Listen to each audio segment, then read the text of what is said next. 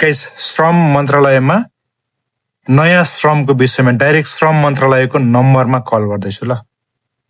श्रम मन्त्रालयमै कल गरिरहेको छु है। आज कल रिसिभ हुन्छ कि हुँदैन? श्रम रोजगार तथा सामाजिक सुरक्षा मन्त्रालयमा यहाँलाई हार्दिक स्वागत छ। एक्सटेन्सन नम्बर थाहा भएमा डायल गर्नुहोस्। थाहा छैन। अन्यथा अपरेटर सहायताका लागि अङ्क 0 थिच्नुहोस्।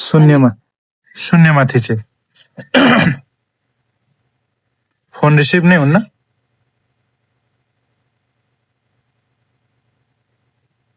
फोन नै रिसिभ हुन्न।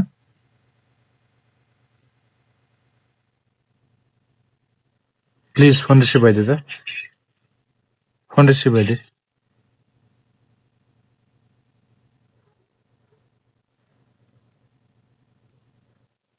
श्रम मन्त्रालयमा स्टाफहरू छैनन् कि के हो यार? सरकारले श्रम मन्त्रालयमा स्टाफै राखेको छैन क्या हो? कहिले रिसिभ नै हुँदैन। अस्ति पनि मैले भने होइन, तपाईँहरूको फोनै रिसिभ हुँदैन। मेल गर्यो, मेलको रिप्लाई हुँदैन। कल गर्यो, कलै उठ्दैन।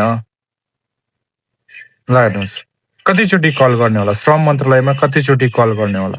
यो भिडियोलाई चाहिँ म्याक्सिमम सेयर गर्नुहोस् है, म्याक्सिमम सेयर गर्नुहोस्। श्रम मन्त्रालयमा कल गर्दा कल उठ्दैन। श्रम मन्त्रालयले कलै उठाउँदैन। ल हेर्नुहोस्। अनि हामी जनतालाई कसरी राहत मिल्छ? हामी जनताले सूचना कहाँबाट चाहिँ सङ्कलन गर्ने, रिसिभ गर्ने? श्रम मन्त्रालयले फोन रिसिभ नगरिदिने। गाइस यो भिडियोलाई म्याक्सिमम सेयर गर्नु होला र कमेन्टमा चाहिँ श्रम मन्त्रालयको यस्तो हरकतको विषयमा के भन्नुहुन्छ लेख्नु होला है त।